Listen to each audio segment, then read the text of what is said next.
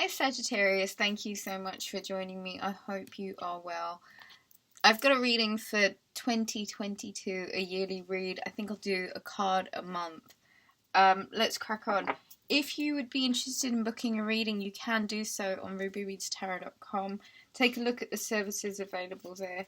Let's crack on, Sagittarius. Take a deep breath in for me and let's go. This card's calling to me, so I'm going to pick it out. January, the lovers. South Node has just come out of your sign, North Node out of Gemini. Geminian energy here, the duality of the divine masculine and the divine feminine. And the, I think this is you kind of taking a really long look in the mirror and just being really good after a really, I think, dubious period with supposed soulmates, karmics, dodgy lovers, all the rest of it. You're just coming to this point where it's like, okay, I'm just really good. And I think there's almost this marriage, this promise that you have with yourself about January being about your commitment to yourself. And when I clear my throat, it often means like, yeah, that's serious. Like, that's an important thing. Pay attention to that. It's about your commitment to yourself. And you know when I say it's about your commitment to yourself, guess what card comes out? This is the Temperance card. That is, in fact, your card. Indeed. Sagittarius. So, you are making this promise, this commitment to yourself. I'm like really fidgety right now. I'm sorry, Sagittarius. I will sit still. You're making this promise, you're making this commitment to yourself in January 2022. It's about how you respect yourself, nurture yourself, the self-care, the self-talk. I think it's about time you kind of contractually locked yourself into a commitment like this, because I think you've needed one of these years for a really long time. And so I do think this might be one of those years where self-love kind of takes you on a whole new level, because by Aquarius season, February, you're a lot more assertive about your power and your reign of dominance. More ha ha ha ha. Alright. This is what I mean by that. Sagittarius, come February, you're doing what you do best. You're changing shit up, and it's mutable fire. You're starting little fires everywhere you go. You probably will be very much about your, green smoothies and taking care of yourself and exercise, all the rest of it. So I do see you being in very good shape. I see you looking really good. I see you paying attention to yourself. I think these are the next 3 months. So for March, I have the Strength card, Leo energy. I love this, Sagittarius. You're going to have a really good year. The Strength card of Leo, very much, the maiden overcomes the beast. That is the infinity symbol on her head, and it's almost a metamorphosis from beast into maiden. It's about desires, carnal desires, and how we discipline and how we kind of find healthy discipline in our life, and how you seek freedom through really putting yourself in a place of mastery and ascension. And I do feel like come March, there is some sort of metamorphosis, some sort of action that it's so profound that it's like one of those things that lasts forever. And it is really beautiful, and I do think you are participating in creating a higher vibration this whole 2022. And so far, your commitment is applaudable. Well done, Sagittarius. For April, there seems to be a level of jovial, unnecessary conflict that is kind of tainting the energy of like real profound evolution and expansion. Whatever's going on in April kind of has this residual, like, you need to clear up this trauma, Sagittarius. May, there is a reason for you to take a step back and just kind of look at the programming, the self-talk, where it is that your confidence or your self-esteem has been lacking for a while, and so there are these traumas that might be hanging over you, and how it would be really brave for you to really address these things and kind of see where it is that instead of avoiding them, or even like having the elephant in the room syndrome, where you might actually just decide, okay, it's time to clean this issue up. And I do think there is some sort of like, not even serious, it's just jovial conflict that sets off this need for healing and transformation, this need for you to clean up certain messes, clean up certain karma, clean up certain history. For June, I have the 3 of Wands. I feel as if the work that you do on yourself this year very quickly shows result and reward.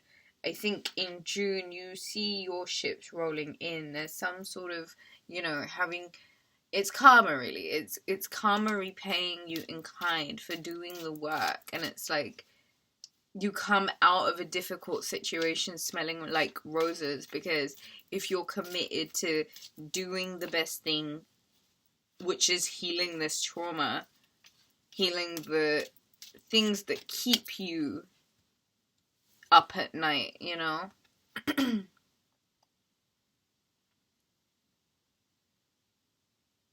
For July, that's the King of Wands. You're very much in your power. I think the rewards come around quickly this year. Year of the water tiger. That is movement, but it is abundance. It's really like lavish and glamorous.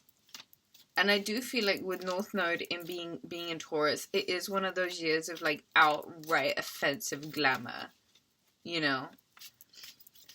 And dancing fire, mutable fire, of course you're gonna rock it. Excuse me. For July, King of Wands, you're very much in your power. There's a strength to you, and it's very charming. It's tenacious. It's charismatic, and there's a lot that you can create while you're in this energy. There's a lot of natural pull to this person, and I do feel like it is about you owning your charisma and really pulling the things that you want to you by being naturally charming and going through life getting what you want, because that's who this king is. You know what I mean? He gets what he wants just by the sheer charisma, the magnetism, the pull, like trying to avoid it. No woman has been able to say no to a King of Wands. I'm sorry. He's not the guy you say no to. Okay, let's get some energy for August. Let's get some energy for August for Sagittarius for 2022. I have a feeling this is going to be a really lit year. Like, you're totally in your power this year. And even the lows have, like, quick turnarounds. They're super highs. For August, it's the end of a cycle. And I feel like the only way is up. And there's a new dawn. So there's this new possibilities. There's a revival, freedom from certain restrictions. There is the onslaught of a new dawn. You're beginning to see the light after the dark clouds, and you're going through a stage of renewal. You're being reborn. In August, there is a rebirth. And it might have to do with rebranding, having new hair, like having a haircut or something, or a new look, a new wardrobe, but it's freedom, It's freedom from what was burdensome, irrational, and you're moving on, It's a new cycle. It's totally the new beginning that you need, and it's a fresh new start, and it's one that you might start in a way that feels good to you because it's on your terms. So September, the Four of Swords. September is one of those months where you might really retreat and you might really need to take a time out and relax and just go on holiday or something and just rest. Sagittarius, sleep, rest, take your time. Don't be too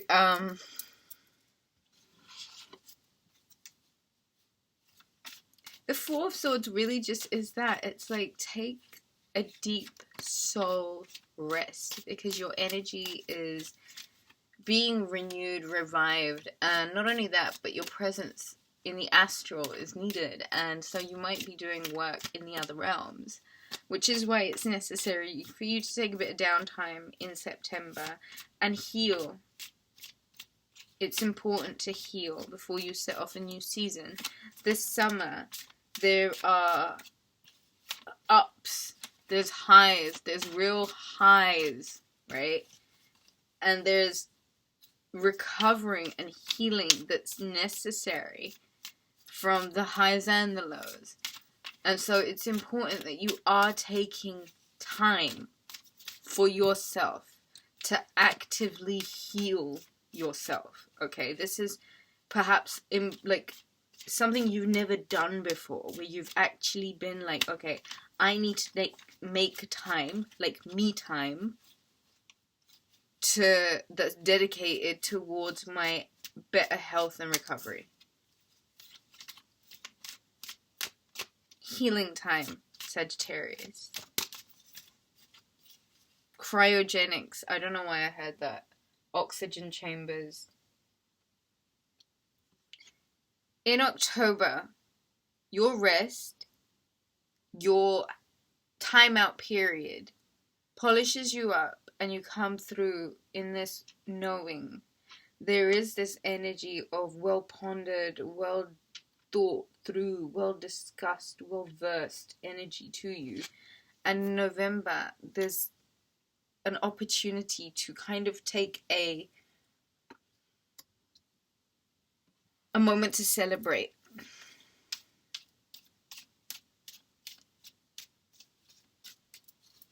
I feel like there's this new level of illumination, there's this new level up. You're on this new level of being able to manifest, on this new level of study, of new spiritual practice, religious practice, connecting with source, this knowledge, this higher knowing. In December, the Star card and the Knight of Wands. You're moving in December, and you're moving towards Aquarius energy, a dream come true. It is very prominent that things are very likely to come true. At the bottom of the deck is the Hierophant card. That is indeed North Node in Taurus. Luxury, luxury, luxury. This year you're making dreams come true, and it's all stemming from the confidence of you really being yourself. Rolling with the punches and really standing your ground. It's so important that you light that fire of yours, Sagittarius, and you let it burn. Even when it's moments of doubt, you're being rewarded with blessings shortly after. It's about you keeping your momentum, your personal level up. It's about you studying yourself, studying the environment, doing deep, restful things like oxygen chamber. I don't know why I'm thinking oxygen chambers. Cryogenics. Oxygen. Okay? Breathing techniques. I don't know. Okay. If you enjoyed this, do give it a thumbs up. Book a reading at rubyreadstarot.com. Take a look at the list of services over there. Sagittarius, I love you. Okay? You're a superstar. Don't ever forget that.